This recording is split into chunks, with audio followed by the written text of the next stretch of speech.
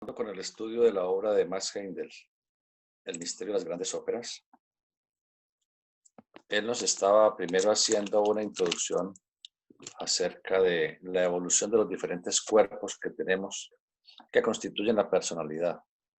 Cuerpo físico, cuerpo vital, cuerpo emocional y la mente, los cuales son los vehículos que encarnación tras encarnación tenemos nuevos. Esa es una de las razones por las cuales no nos acordamos de lo hecho en vidas anteriores, porque son vehículos nuevos, pero mediante prácticas específicas, al tomar contacto con el yo superior, el espíritu, sí se puede ir recapitulando esas etapas verificadas en otras vidas. Hablábamos cómo el cuerpo físico es el vehículo más antiguo evolutivamente considerado, porque fue proporcionado por las jerarquías creadoras señores de la llama en el remoto periodo de Saturno. Luego tenemos el cuerpo vital entregado por los señores de la sabiduría en el antiguo remoto del periodo solar. Y que este cuerpo vital es importante por la repetición. Y hablamos de un axioma, la repetición es la nota clave del cuerpo vital. Dijimos que es muy importante para desarrollar unos buenos hábitos. Y que es el vehículo en el cual se manifestará el aspecto crístico de nuestra naturaleza dentro de millones de años, por supuesto, no de la noche a la mañana. Que el cuerpo emocional es un poco más reciente y que por lo tanto no tenemos la capacidad de interactuar, de dominarlo, de obligarlo. Él explota simplemente por las emociones. Pero como es un vehículo más reciente significa que algunos miles de millones de años fue proporcionado en el periodo lunar. Entonces, más fácilmente se calma el cuerpo de deseos que cambiar un hábito, por ejemplo, que se haya empotrado en el cuerpo vital, o quitar un proceso orgánico que ha transcurrido durante muchos años en el cuerpo físico.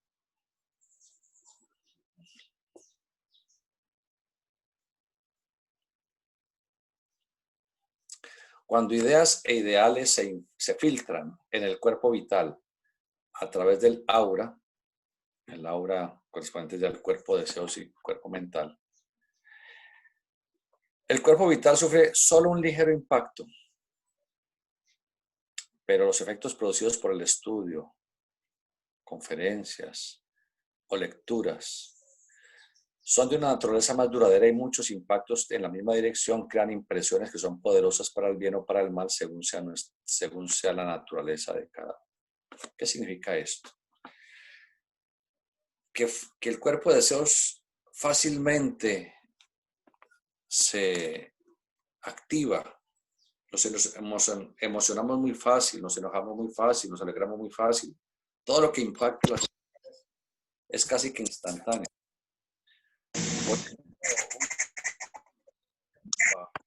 La presión emocional de una persona que le está haciendo arengas, estimulándoles la emoción.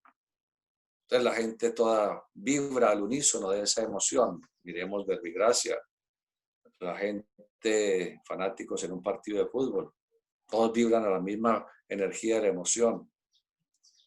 Un político que tenga fuerza emocional, ya hablamos de eso la semana anterior, cómo suele mover la emoción de la gente y llevarlos incluso a azonadas. Pero una vez pasa el impulso emocional, entonces uno dice, ¿aquí qué pasó? No sé qué pasó. Eso sucede también con los pastores de sectas y de iglesias.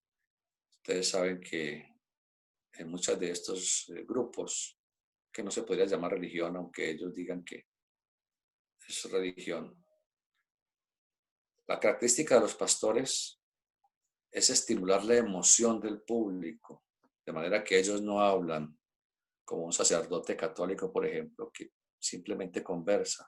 No, el pastor arenga y pega unos berridos y unos alaridos espantosos y todo el mundo, aleluya, se llenan de emoción.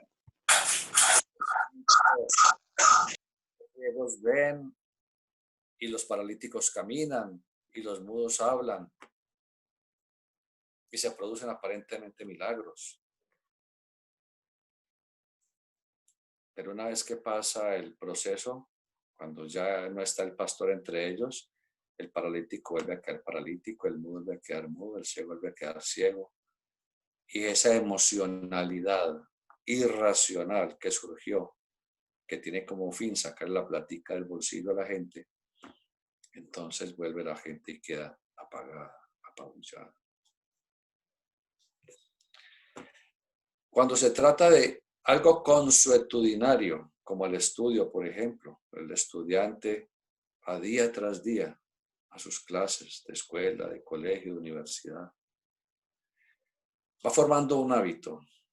Y como la repetición en la nota tónica del cuerpo vital va aprendiendo, cada día le va quedando algo, cada día queda algo más, algo más, algo más. No así en los grupos religiosos, donde no queda nada. Cuando acaba la emoción, la exaltación supuestamente mística, la comunión con el Espíritu Santo, ya se acabó y no quedó nada. Los estudiantes como nosotros, que vamos a un grupo una y otra vez a recapitular, a estudiar, a escuchar, todo eso va quedando grabado en el cuerpo vital, el traje dorado de bodas, el cuerpo del alma que estamos trabajando para algún día se convierta en nuestro propio traje dorado de bodas, en el recipiente del Cristo, no de Jesús. Ya lo hemos dicho cada tarde, Jesús no es el Cristo y el Cristo no es Jesús. El Cristo es la vida cósmica, es el segundo aspecto de la divinidad del alma del mundo, de lo cósmico. El Padre es la voluntad omnipresente que dirige todo el universo sin cesar. El Cristo, su amado Hijo, es el encargado de la evolución de un sistema solar, de una galaxia, incluso del universo, bajo la regencia de su Padre. Estas son palabras un poco más profundas porque es alto ocultismo. Y tendría uno que estudiar un poco a Blavatsky, la doctrina secreta, para tratar de comprender algo acerca de esto. De manera que Cristo es la vida, es la realidad espiritual y es con la que tenemos que tomar acceso a través de nuestro trabajo interior. Con el fin de sacar provecho de esta ley de impactos acumulados, progresivo, la repetición progresiva, tiene que ver con nuestro cuerpo vital y que además nuestro cuerpo vital es la clave de la memoria. El cuerpo vital, así como el cuerpo físico está constituido por sólidos, líquidos y gases y todos los elementos químicos que constituyen nuestra corporeidad física. La contraparte energética, responsable de la salud o de la enfermedad, según el caso del cuerpo físico, que es el cuerpo vital, está constituido por éteres. Esos éteres, o prana, que es el nombre genérico de todos los éteres, tienen diferentes modalidades de acción. Uno de ellos se llama el éter reflector y es el encargado de impactar la memoria en el lóbulo derecho temporal del cerebro. Así se va guardando en el éter reflector la memoria. Y es sobre ese éter en donde vamos a aprovechar el conocimiento esotérico, impactando poco a poco este éter reflector para que vaya guardando estas impresiones álmicas con respecto a nuestros estudios. Vamos a estudiar otros grandes mitos del alma, dice Max Heindel, que esclarece el misterio de la vida y del ser desde un punto de vista distinto para que podamos aprender de un modo más completo que hasta ahora a dónde vamos. Como ya dijimos antes, todos los mitos son vehículos de verdades espirituales, velados por alegorías, símbolos e imágenes, y por lo tanto capaces de ser comprendidos sin razonar. ¿Qué es eso de ser comprendidos sin razonar? Que nuestro endoconsciente, subconsciente, transconsciente, nuestro ser interno, asimila fácilmente un mito, lo asimila, aunque no lo racionaliza, pero allá en lo interno va formando parte intrínseca de nuestro trabajo interno, nuestro despertar.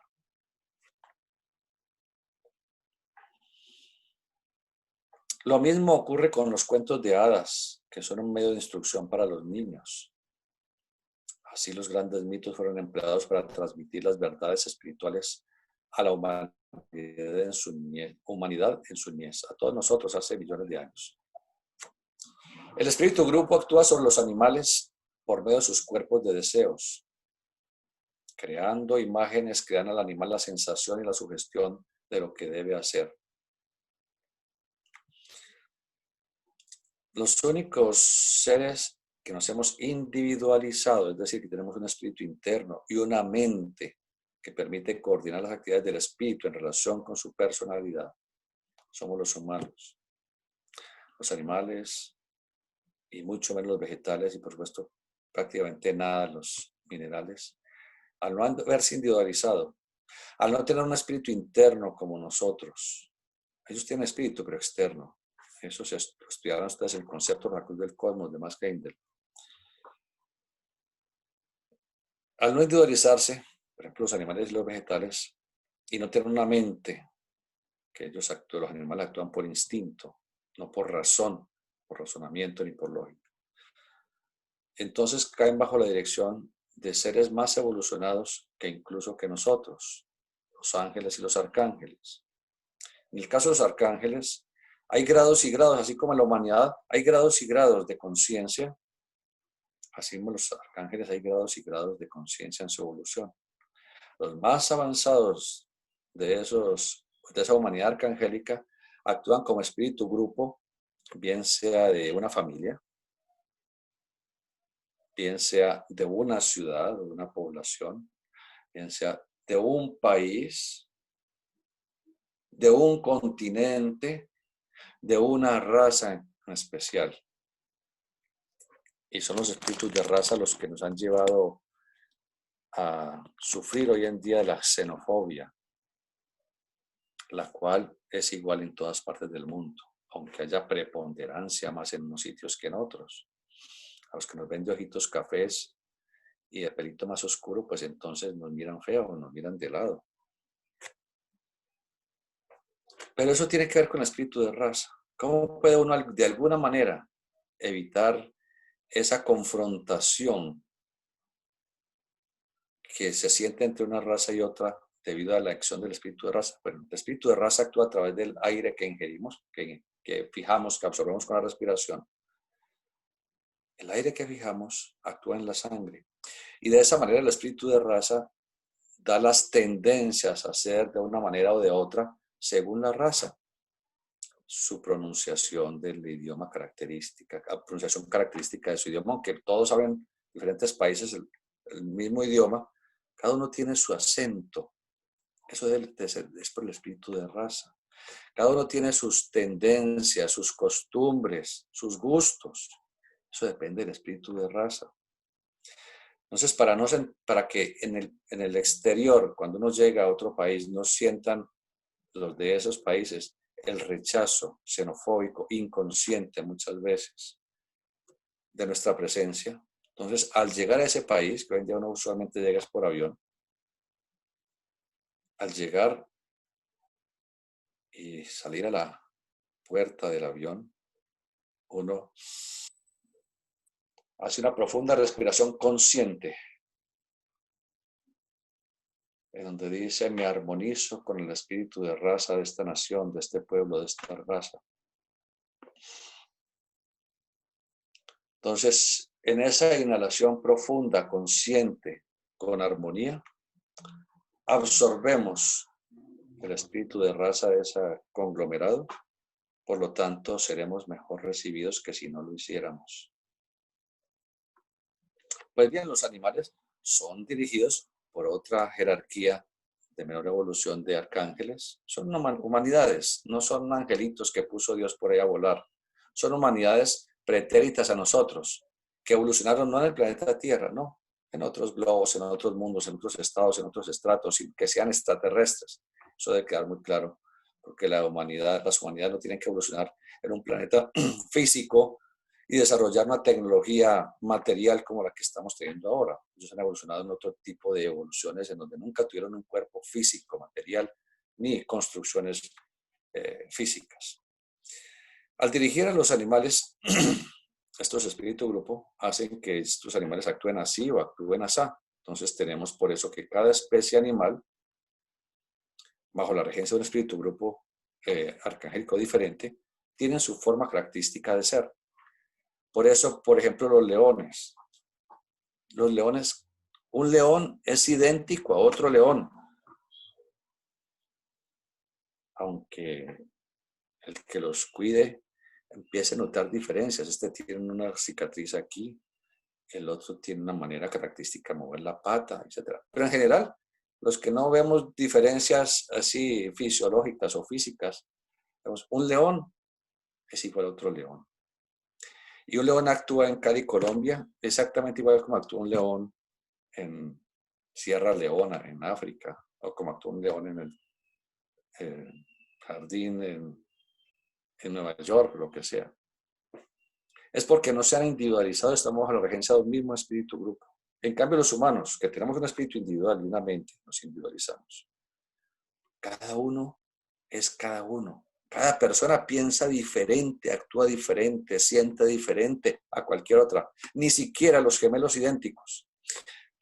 Ni se ven idénticos. Cuando uno los mira, ve que son diferentes. Ni piensan igual. A este le gusta la poesía, al otro le gusta la matemática. A este le gusta el basquetbol y a este le gusta el piano. A este le gusta el ejercicio físico, a este le gusta la meditación. Ni quién los gemelos homocigóticos, que son prácticamente idénticos, piensan y actúan igual. El espíritu grupo actúa sobre los animales por medio de sus cuerpos de deseos, creando imágenes que dan al animal la sensación y la sugestión de lo que debe hacer. Igualmente, las imágenes alegóricas contenidas en los mitos establecieron los fundamentos en el hombre para su desarrollo actual y futuro. De un modo subconsciente, estos mitos actuaron sobre él, llevándole al nivel donde está hoy día.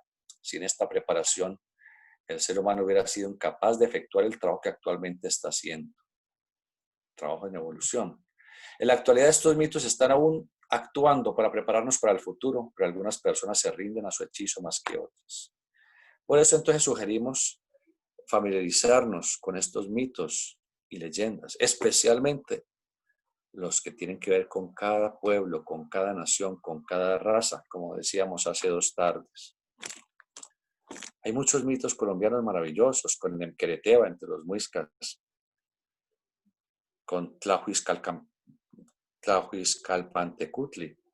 Son seres que son análogos a Cristo, al simbólico Cristo, al simbólico Horus, a Vishnu, etcétera, etcétera, pero son de cada colectividad. Que la tradición nórdica, en este caso el anillo del nivelungo, de los nivelungos, es teutónica, pero que tiene mucho de la tradición hermética antigua de los escandinavos. Entonces se entremezclan esos conocimientos. Y los españoles debieran entonces bucear en las tradiciones esotéricas de los antiguos pueblos ibéricos, así como los franceses lo hacen, la tradición correspondiente de los francos antiguos, y así. Y los anglosajones también tienen su tradición. Entonces, los anglosajones buscan al rey Arturo y los teutones los nivelungos y el oro del Rin y así sucesivamente. Entonces, por eso sugerimos estudiarlos. El sendero de la civilización ha seguido la carrera del sol desde el este, China, India, Medio Oriente, Europa, pasando por el norte de África, por supuesto, las Américas. Esa es la corriente de la evolución de la onda espiritual del planeta. Ella comenzó en el Pacífico hace muchos millones de años con la Lemuria. Al fenecer ese continente, la onda evolutiva pasa sucesivamente, sigue su recorrido de este a oeste. Entonces va pasando por China, por la India, sigue su recorrido.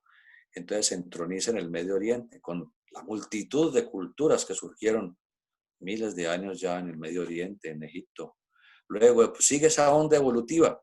Tenemos Grecia, luego el Imperio Romano. Continúa esa corriente evolutiva, pero simultáneamente están los pueblos nórdicos en su proceso también de desarrollo espiritual bajo sus guías. Por supuesto, porque todos los pueblos tienen sus guías espirituales. Luego pasamos por la parte ibérica. Y ahora esa corriente evolutiva está surgiendo poco a poco en América, Norte, Centro y Suramérica, que se habrá de convertir en el futuro centro espiritual para el planeta.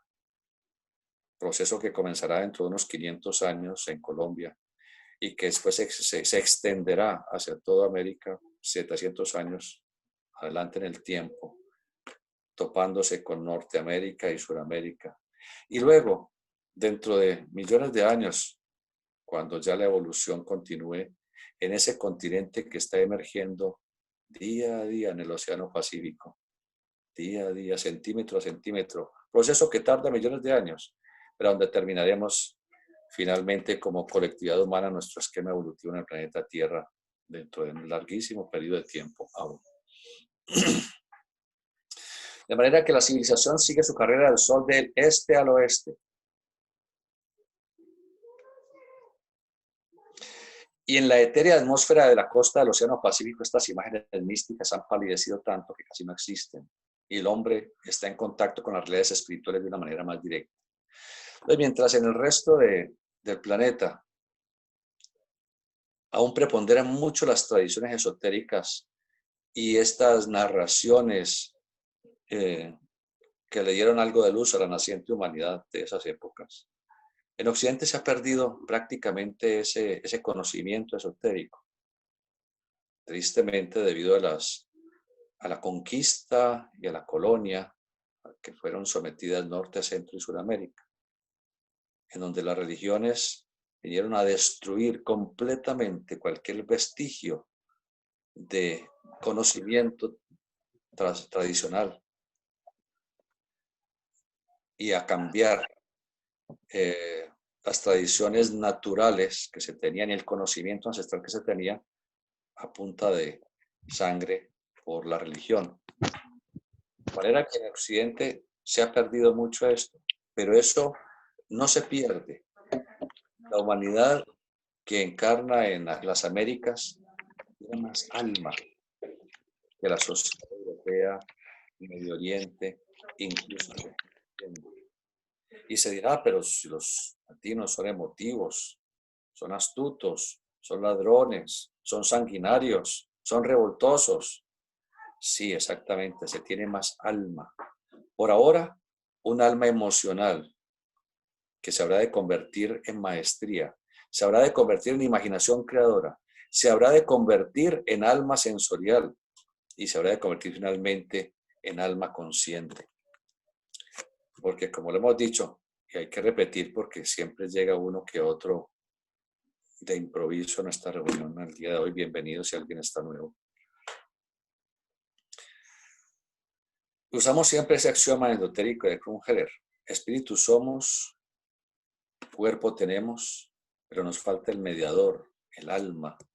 El alma en sus estratos de instinto, de emoción, de razón, de imaginación y de sensibilidad. Por ahora estamos bajo la presión del instinto, de la emoción y el racionalismo.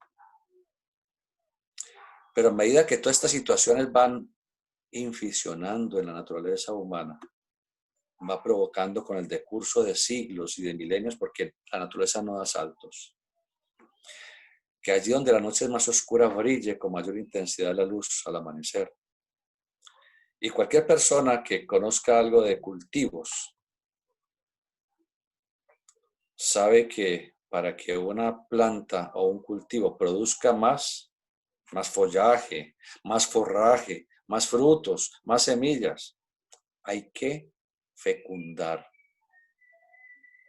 Hoy en día se fertiliza la tierra de una manera muy elegante, se compran los bultos costosos de nitrógeno, potasio, fósforo y listo. Entonces la planta produce más forraje, semillas, flores, etc.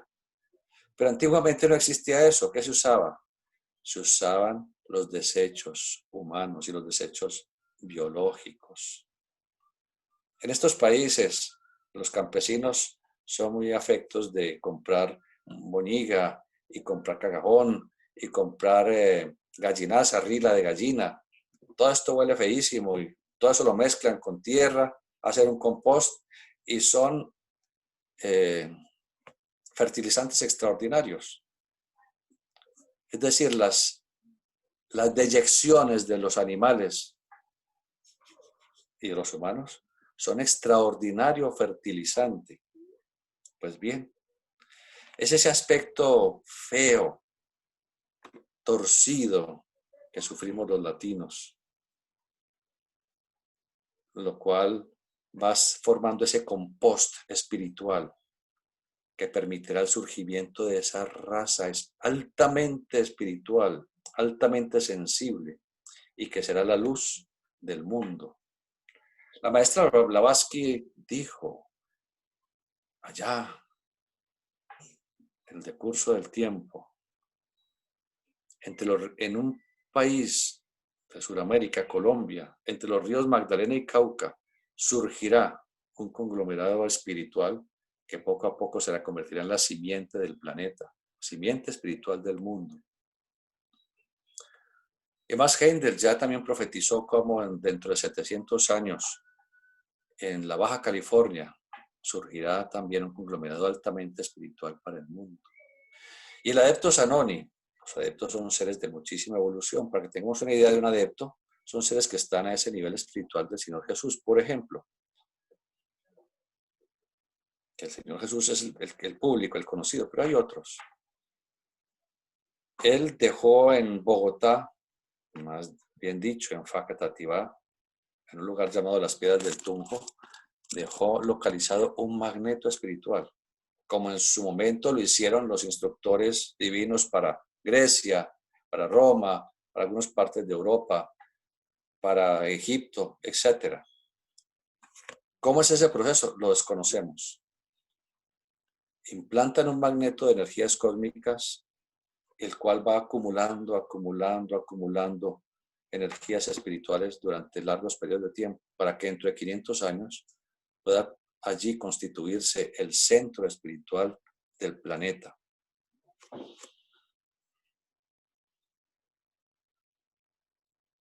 En Europa hallamos aún la atmósfera de misticismo meciéndose sobre esa tierra. Allí la gente tiene cariño por los antiguos mitos que le hablan de un modo incomprensible al hombre occidental. Si nosotros los occidentales no entendemos el por qué los europeos tienen tanto afecto por sus tradiciones, y es natural, porque eso es subconsciente el que le está diciendo que deben continuarse esos mitos y leyendas y tradiciones, porque eso forma parte del despertar interno. Por eso las hogueras de San Juan para el solsticio de verano de la zona norte. Y así tradiciones que poco a poco la Escuela Rosacruz estamos recuperando en Colombia y realizando, porque comprendemos que muchos de los egos encarnados en Colombia, pues son egos, por supuesto, que ya encarnaron en Europa y encarnaron en el Medio Oriente y encarnaron en el Oriente lejano. Y todas estas acciones que realizamos en grupos, todos los rituales y ceremonias y tradiciones, aunque sean un poco foráneas, lo que hacen es ponernos a tono y en contacto con nuestro endoconsciente. Y poco a poco empezamos a recordar cuando estábamos en aquellas grandes cavernas realizando magia rúnica, cuando deambulábamos como druidas por bosques del norte de Europa, trabajando también todo este tipo de tradiciones. La vida de los habitantes de las costas de Noruega, de las llanuras de Escocia, de los valles profundos de la Selva Negra de Alemania y de los montes altos de Suiza, es tan profunda y mística actualmente como hace miles de años. Y los que aún conservan esas tradiciones, los campesinos de esas zonas, aún conservan su clarividencia natural, aún conservan sus ritos y tradiciones ancestrales y están mucho más cerca de las entidades elementales, las fuerzas débicas las fuerzas angélicas, que del resto de la población. Y el resto de la población no le interesa porque su racionalismo y la preparación intelectual a la que se ha visto sometida la humanidad en el occidente no les permite acercarse a estas personas que tienen sabiduría ancestral.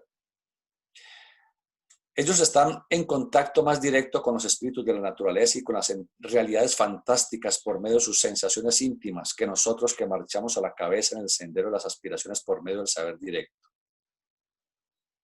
Marchamos a la cabeza desde el punto de vista racional. Y el occidente busca llegar al conocimiento es a través del intelecto, no del sentimiento. Eso es lo que nos caracteriza a los occidentales.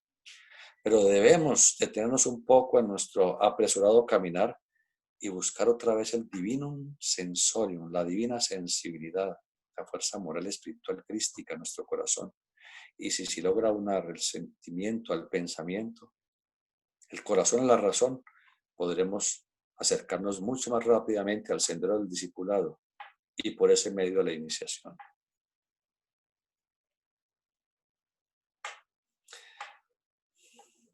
Si hacemos volver a nosotros estas sensaciones íntimas, es decir, esa sensibilidad que tienen los que están aún en contacto con la naturaleza, y las combinamos con nuestro saber, obtendremos una ventaja enorme, que es lo que explicábamos ahora. Vamos, por consiguiente, a tratar de asimilarnos una de las narraciones místicas más profundas del pasado, el Anillo de los Nibelungos, el gran poema épico del norte de Europa. Entonces, el anillo realmente era de un Nibelungo, de Alberico, el enano, que se convirtió en el rey de los Nibelungos y los obligaba a trabajar, aprovechando el poder del anillo para obtener todo el oro escondido en las montañas. Veamos a ver un poco de eso. Recuerden que este es un poema épico teutón, alemán, germánico, pero que está muy entrelazado con la tradición de los nórdicos escandinavos. Es la historia del hombre desde los tiempos en que vivía en la Atlántida hasta que este mundo termine. Termina este ciclo de evolución en el cual estamos, que finalizará dentro de millones de años todavía. La Biblia nos habla del jardín del Edén, donde nuestros primeros padres vivían en íntimo contacto con Dios, puros e inocentes como niños. Nos cuenta cómo aquel estado de vida terminó y cómo la tristeza, el pecado y la muerte empezaron a dominar en el mundo. Se dice que sufrimos enfermedad y muerte debido al pecado original. Eso es lo que nos dice la iglesia. Que porque Adán y Eva desobedecieron y cogieron de un arbolito y se comieron una fruta, entonces nosotros tenemos que pagar enfermedades y muerte.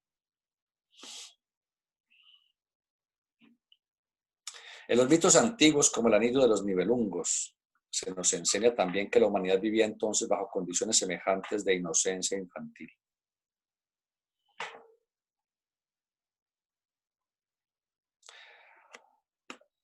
Hablemos un poco de la Atlántida. Hace unos 3 millones de años, según la cronología esotérica, la humanidad pasó de evolucionar en la legendaria Lemuria o tierra de Mu, fenecida en el Océano Pacífico ya,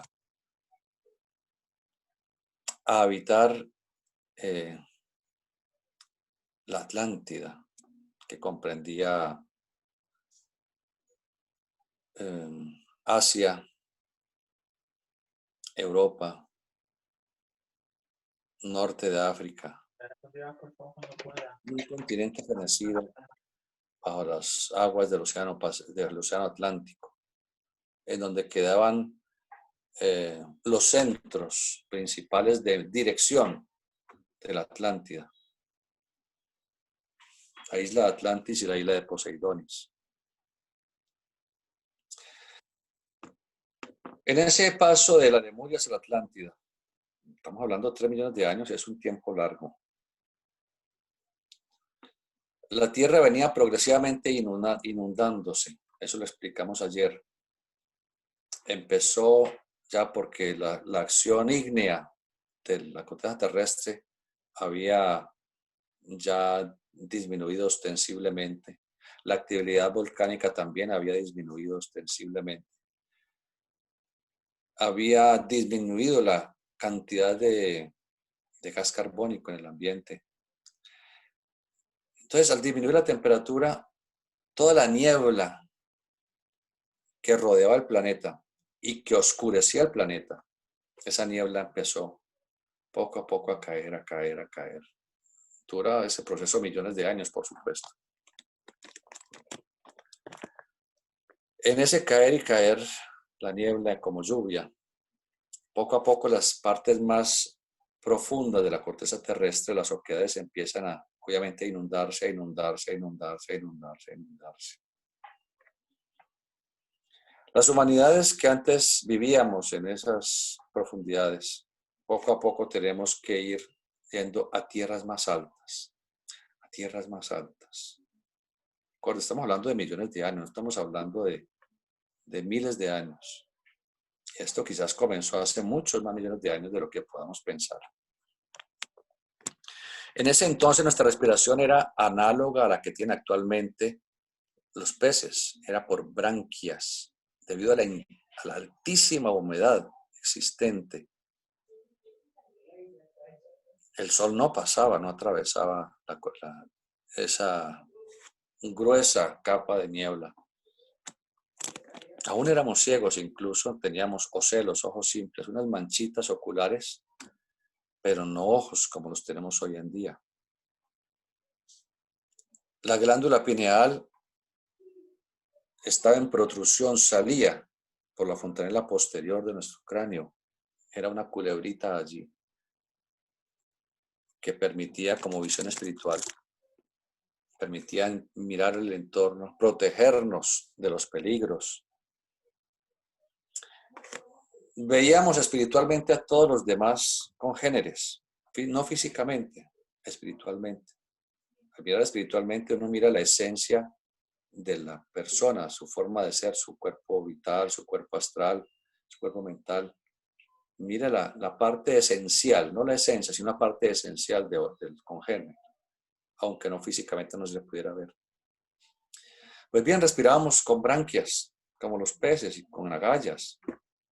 Por eso representan a las sirenas y sirenos como con agallas y con branquias. Es lógico, pues si son organismos acuáticos, que no sé si existirán, pero de eso no conozco. Hoy en día tenemos respiración pulmonar húmeda.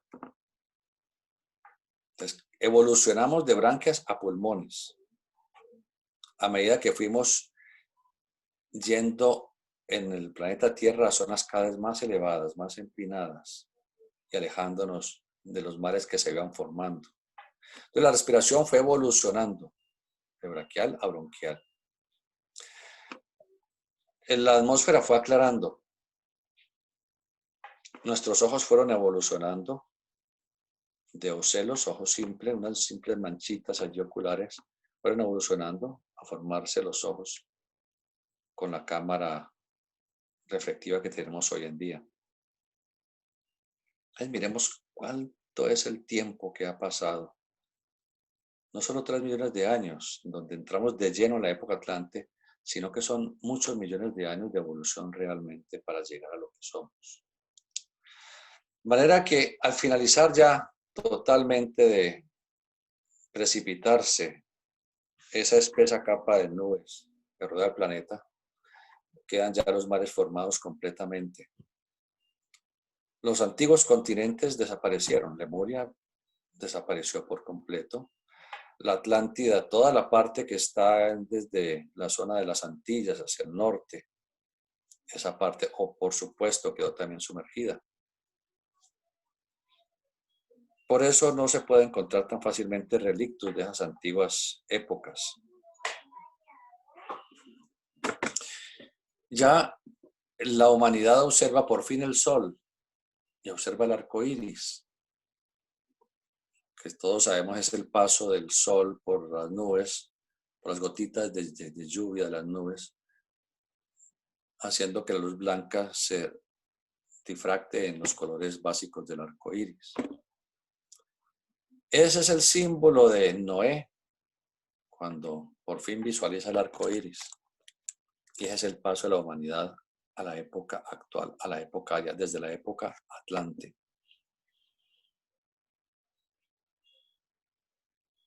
La primera escena de este drama de Wagner nos representa la vida debajo de las aguas del Rin, donde sus doncellas están nadando con un movimiento rítmico y con un cántico en sus labios, imitando la danza armoniosa de las olas. Entonces representa a la humanidad de la época Atlante primitiva, en el cambio de la Lemuria a la Atlántida. Ese cambio en donde éramos de naturaleza más aquea. Pero aquí hay un aspecto esotérico que el autor no explica.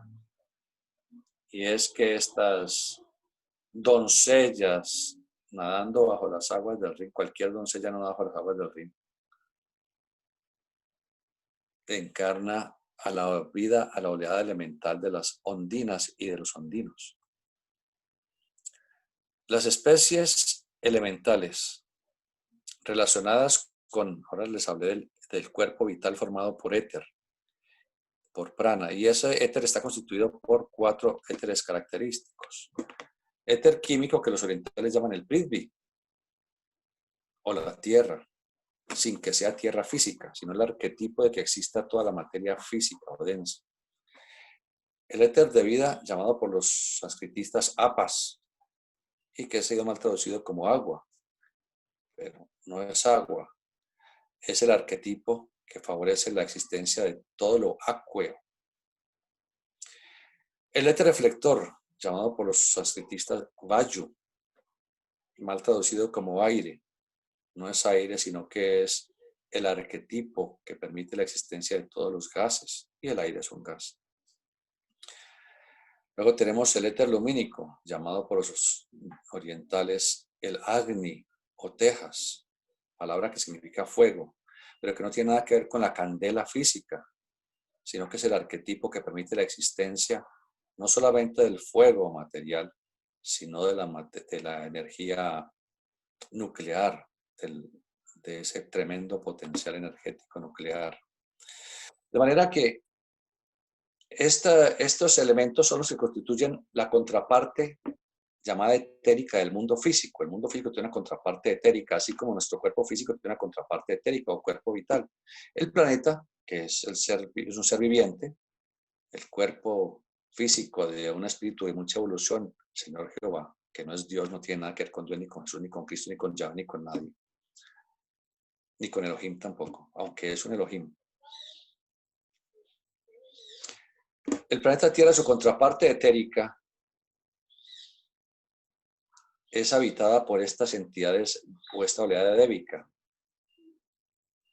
Los habitantes del éter químico, el éter de vida, el éter reflector y el éter lumínico. Los habitantes del éter químico son los gnomos y nómides, que vistos claridentemente no pasan de unos 50 centímetros de altura. Están hechos de éter químico exclusivamente. Y ellos son los encargados de modelar la naturaleza terrestre. Desde el punto de vista científico, la naturaleza terrestre es modelada por las fuerzas remodeladoras del relieve o el intemperismo ocasionado por los deshielos de los glaciares, por la acción de las lluvias, por la acción del viento, etcétera, etcétera. Es el intemperismo desde el punto de vista científico. Y es real. Pero esos son los medios que colaboran a los elementales llamados gnomos y sus contrapartes femeninas, las nómides, para modelar la corteza terrestre. Ellos trabajan activamente en lo profundo de las montañas. No son afectos de ponerse en contacto con el ser humano, y menos hoy en día con el ser humano racional, debido a que somos tan razonadores, tan emocionales, tan instintivos y tan faltos de amor, fraternidad, sensibilidad. Los elementales, gnomos, ondinas, silfos, salamandras, no son afectos con nosotros y buscan irse lo más lejos posible de la civilización, en lo profundo de los bosques, en lo profundo en las alturas de las montañas, en lo más lejano de las costas hacia el mar, en lo más profundo de los ríos, aunque ya la contaminación hace que estas entidades vayan abandonando mucho también los ríos. Bueno, mientras los gnomos y nómidas trabajan en la profundidad de las cordilleras y tienen mucho que ver con los metales, las ondinas y ondinos, porque siempre existe la dualidad en todos los reinos, son afectos de las aguas, de los mares, y en las aguas dulces, en las nereidas. Así como hay peces de río, hay peces de mar, así como hay camarón de río, hay camarón de mar. Así hay ondinas, ondinos de mar y de río y de lagos, que son las nereidas.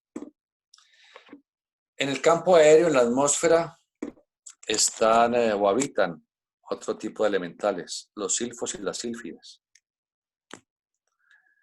Aunque la ciencia explica cómo las tormentas tropicales y los huracanes y los vientos y las lluvias son propiciados por la acción del clima, de cómo se calienta la superficie terrestre, la superficie del mar, entonces una masa de aire caliente se desplaza y la masa de aire frío baja y esto forma las corrientes de viento y en última los huracanes. Y las lluvias en su convección del proceso del mar hacia las montañas, de las montañas cae y luego hacia el mar, etc. Sí, científicamente eso es correcto, totalmente válido. Pero es la manera como la naturaleza interactúa para favorecer el proceso que están haciendo subjetivamente sin que nosotros veamos, pero que si siendo clarividentes podremos ver, el proceso que están haciendo silfos y sílfides al movilizar las masas de aire y cómo los silfos y sílfides arrancan de las ondinas el agua y la elevan para después precipitarla otra vez. Y cómo las ondinas furiosas porque los silfos y sílfides atrapan su humedad y no la quieren devolver, se trenzan en fuertes luchas en esos planos etéricos a nivel atmosférico, provocando las terribles tormentas y en su grado más elevado los huracanes.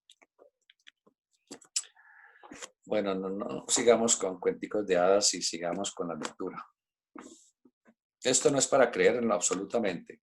Es información esotérica que se recibe como estudiante y que se espera que como estudiante en un futuro, con sus propias facultades psíquicas, vaya comprobando las cosas y pueda llegar a conclusiones. Siempre se le dice al estudiante, nunca acepte ni rechace nada, no solamente esotérico, sino de cualquier ciencia.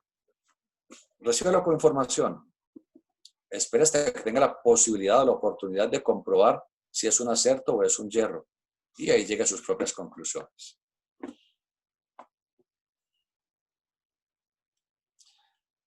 De manera que está hablando de las doncellas nadando en las aguas del Rin, el río, que esotéricamente tiene mucho que ver con nuestras propias aguas de la vida y con el desplazamiento de las energías a través de la espina dorsal, canal medular central epéndimo, de energías muy sutiles que permiten el despertar de facultades suprafísicas.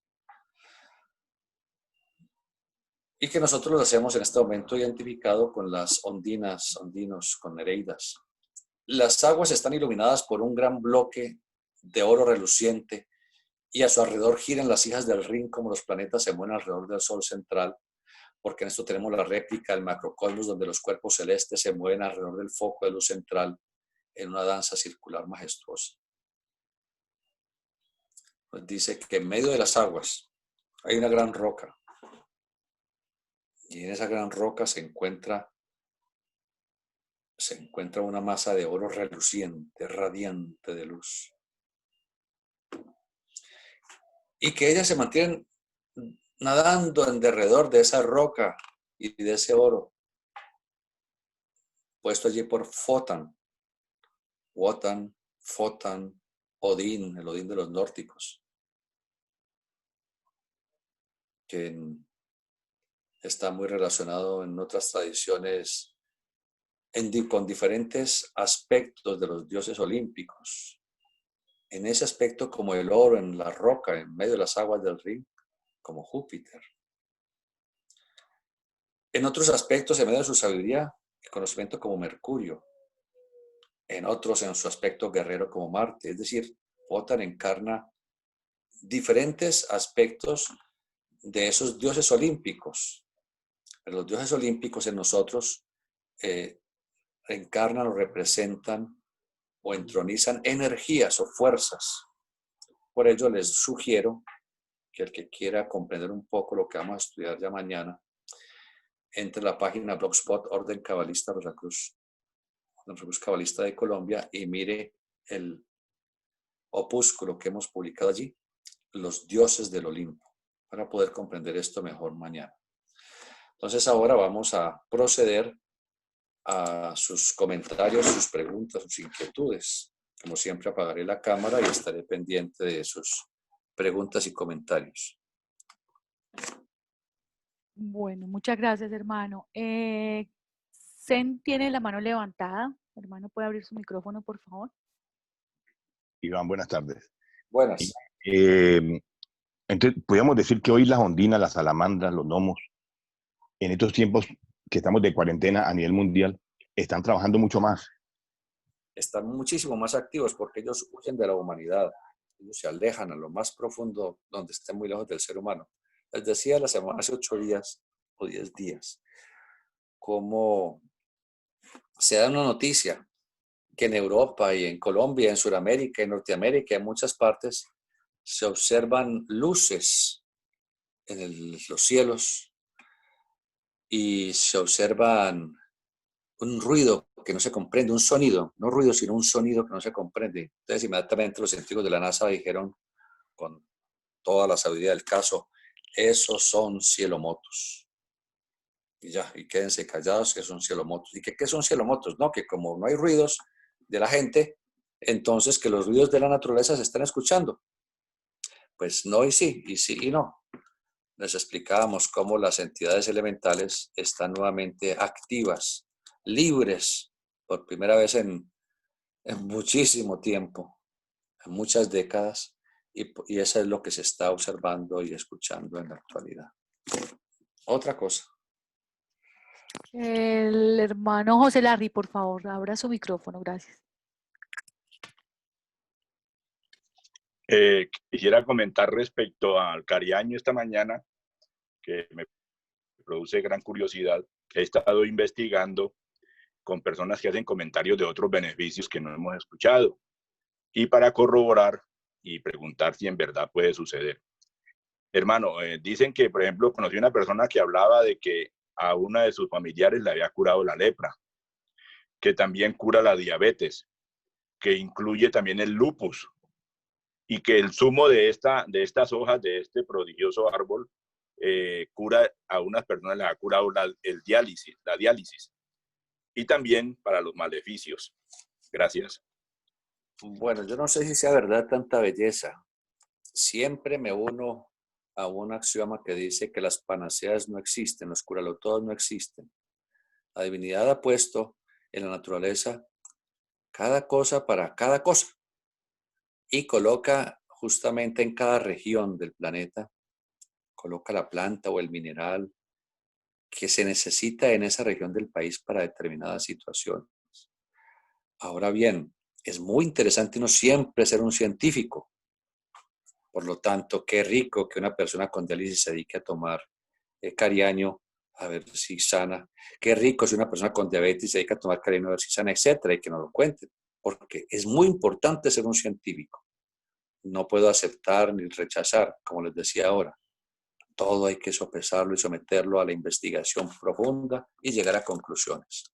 Pero definitivamente los dos nombres que nos colaboraron esta mañana con respecto de Cariaño, ya mirando las fotografías en internet, no corresponde ninguna de ellas a lo que es nuestro cariaño que tenemos en nuestro país.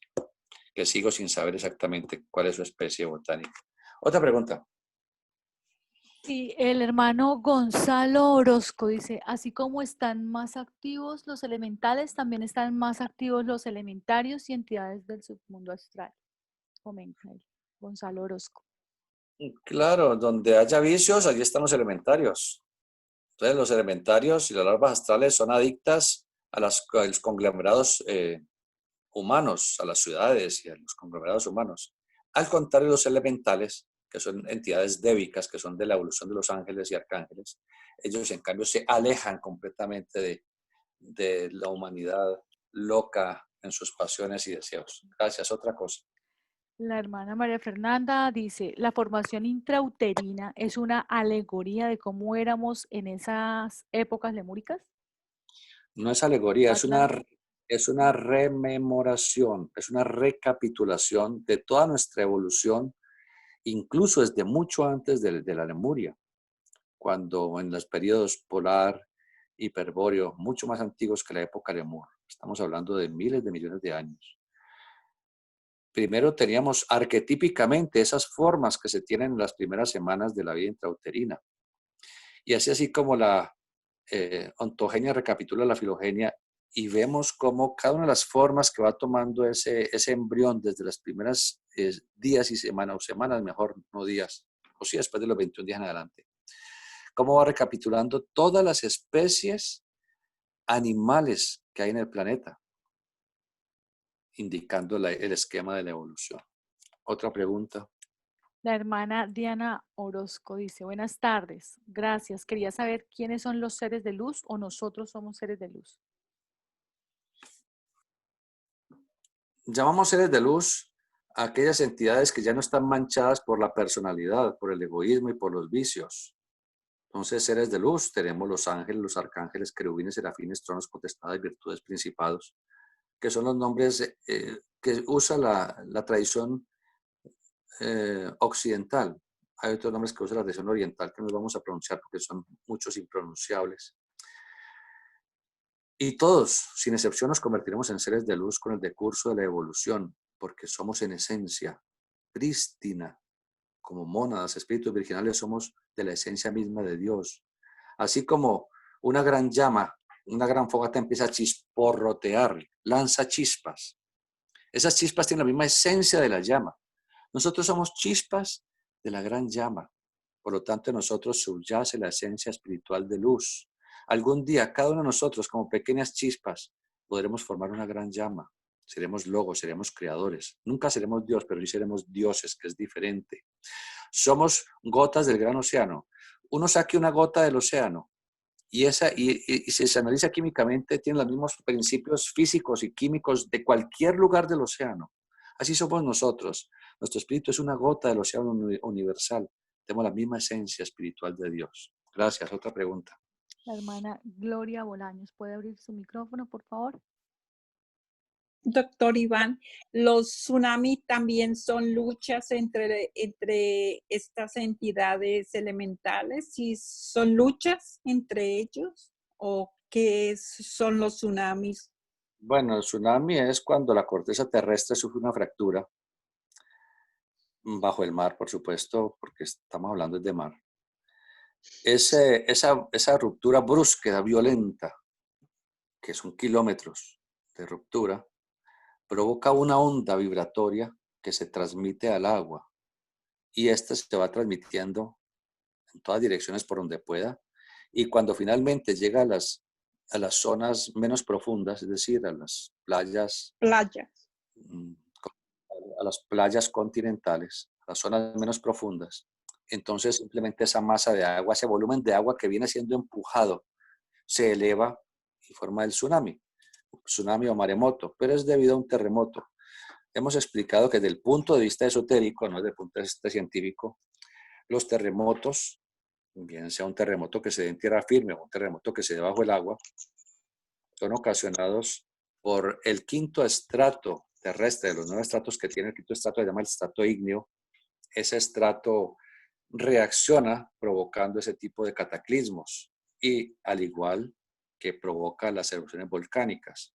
Y se nos dice, se nos enseña, pasará quién sabe cuántos eones antes de que yo pueda llegar quizás a comprobarlo directamente, que es debido a la perversidad del ser humano, al egotismo, a los odios y a los vicios del ser humano, los cuales inficionan el aura planetaria, el cuerpo del planeta a nivel del estrato mental, que está más o menos concuerda con la atmósfera. Y este estrato mental reacciona sobre su cuerpo denso, el quinto estrato terrestre, y se provoca entonces los cataclismos. Es por eso que ustedes, si alguna vez llegan a ser observadores, se darán cuenta de que 1, 2 o 3 días incluso antes de que suceda un terremoto o un maremoto, en la atmósfera, las nubes cambian su forma, no son los cirrus y nimbus y cúmulos normales, sino que se ven como una cantidad de pelotitas de algodón. Mi abuela decía que son ovejitas echadas. Y este es un conocimiento que no solamente lo tienen los esoteristas y los ocultistas, sino que tienen los campesinos por tradición. Esto me lo enseñaba mi abuela suiza, por tradición. Si a mi hijo, mire las ovejitas echadas, va a temblar. Y que terremoteaban en alguna parte o que temblaba a la fija. De manera que es porque el estrato del cuerpo mental del planeta se ve alterado por nuestras malas mañas. Y eso reacciona sobre el planeta. Ahora, eso no lo explica la ciencia. Y dejamos en absoluta libertad, por supuesto, que esto no es para que lo acepte nadie. Solamente estamos contando enseñanzas esotéricas. ¿Otra cosa? Doctor Iván, perdón, otra preguntita. Cuando un animalito está enfermo y lo podemos iluminar al cuerpito o implorar al espíritu grupo que lo ayude. No, ahí sí tenemos es que llevarlo al veterinario y si queremos con mucho cariño colocar nuestras manos sobre la zona enferma o simplemente sobre la humanidad del animalito, sobre el cuerpo, colocar las manos allí y mientras exhalamos la respiración imaginamos que estamos inyectándole luz, vitalidad, salud y deseamos profundamente que él sane, pues si no está de muerte, podemos ayudarle. Gracias, otra pregunta. Gracias. Sí, Gabriel dice, un espíritu grupo cuando empieza a ayudar los minerales, cuando empieza a ayudar a los minerales y terminando en los humanos, cuando termina en los humanos, ¿podría seguir ayudando a seres más evolucionados en otros planos? No, porque más adelantados que ellos no es posible ayudar. Así como nosotros no podemos ayudar a los ángeles, ni arcángeles, ni jerarquías superiores a nosotros, ni los animales nos pueden ayudar a nosotros, los vegetales no pueden ayudar a los animales más de proporcionar oxígeno y alimento, pues espiritualmente no lo pueden hacer, de manera que todos tenemos limitaciones en los esquemas evolutivos. Los esquemas evolutivos se llaman oleadas de vida, y las oleadas de vida son emanaciones del alma del mundo, de Dios, de la divinidad, periódicamente, cada tantos centenares de millones de años, haciendo posible que surjan nuevos esquemas de evolución para que vayan en ese proceso escalonado de perfeccionamiento que no tiene fin. De manera que nosotros somos la oleada de vida humana. Posteriormente nosotros fue emanada la oleada de vida que ahora son los animales de todos los esquemas correspondientes. Posterior a ellos vino otra oleada de vida que son los vegetales. Posterior a ellos la otra oleada de vida que son los minerales. Para que los minerales soportan la vida vegetal, animal y humana. Los vegetales son los que soportan fisiológicamente la existencia de los animales y del ser humano, porque intercambian el dióxido de carbono por oxígeno y además nos dan sus elementos químicos para nutrirnos. Los animales, a su vez, se alimentan de vegetales, soportan el mineral. Los humanos no soportamos en los reinos anteriores. Superior a nosotros, a otra oleada de vida llamada los ángeles. Tuvieron un estado de conciencia análogo al que tenemos nosotros ahora hace miles de millones de años sin que jamás hubieran tenido un cuerpo físico como lo tenemos ahora. Previos a ellos existió otra oleada de vida que se llaman hoy en día los arcángeles. Previos a ellos hubo otra oleada de vida que se llaman actualmente los señores de la mente y que son los que nos han proporcionado la mente como un vehículo para que el espíritu y sus vehículos inferiores, cuerpo físico, vital y emocional, puedan concatenarse y actuar en consecuencia. ¿Otra pregunta? Sí, el hermano Héctor Valderrama, por favor, ¿puede abrir el micrófono? Soy yo, buena tarde, gracias. La pregunta es, los elementales pues tienen el espíritu grupo que los dirige, pero los éteres propiamente, por decir algo, el éter de vida que tiene que ver con la gestación, ¿quién lo dirige o cómo? ¿Cómo actúan ellos? El alma del mundo, la inteligencia universal. Recuerde que son emanaciones sucesivas desde el Ensof, que es el Adi, el Tadua más elevado, del cual emana Anupadaka, el creador, digámoslo así, entre comillas, de todo el universo, y de él sucesivamente, mediante su propio Fohat, que es el Akas, empieza a modificar los diferentes éteres y a formar el universo tal como existe y con todo lo que está inherente a él. Gracias. Yo sé que son temas un poco difíciles para las personas que quizás por primera vez están escuchando muchas de estas palabras o términos, pero les digo, tengan un poco de paciencia, porque este es un proceso como cualquier otro estudio, que en el primer día de clases uno no puede sabérselas todas, sino que poco a poco va asimilando estos conocimientos. ¿Otra cosa? Dagoberto dice, cuando uno llega a otro país, hace la práctica que nos acaba de mencionar. Asimismo se puede hacer cuando uno va a visitar a una persona en otra casa o se sugiere hacer otra clase de práctica.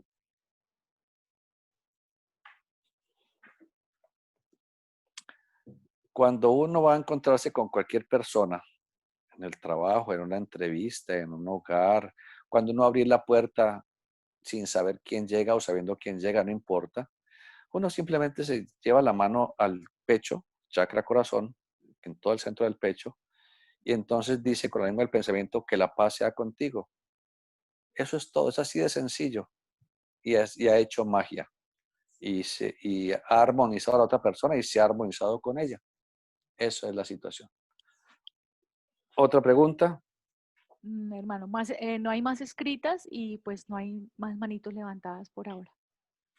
Bueno, muchas gracias por su atención. Que estén muy bien. Y mañana los que nos quieran acompañar, con mucho gusto, 4 de la tarde.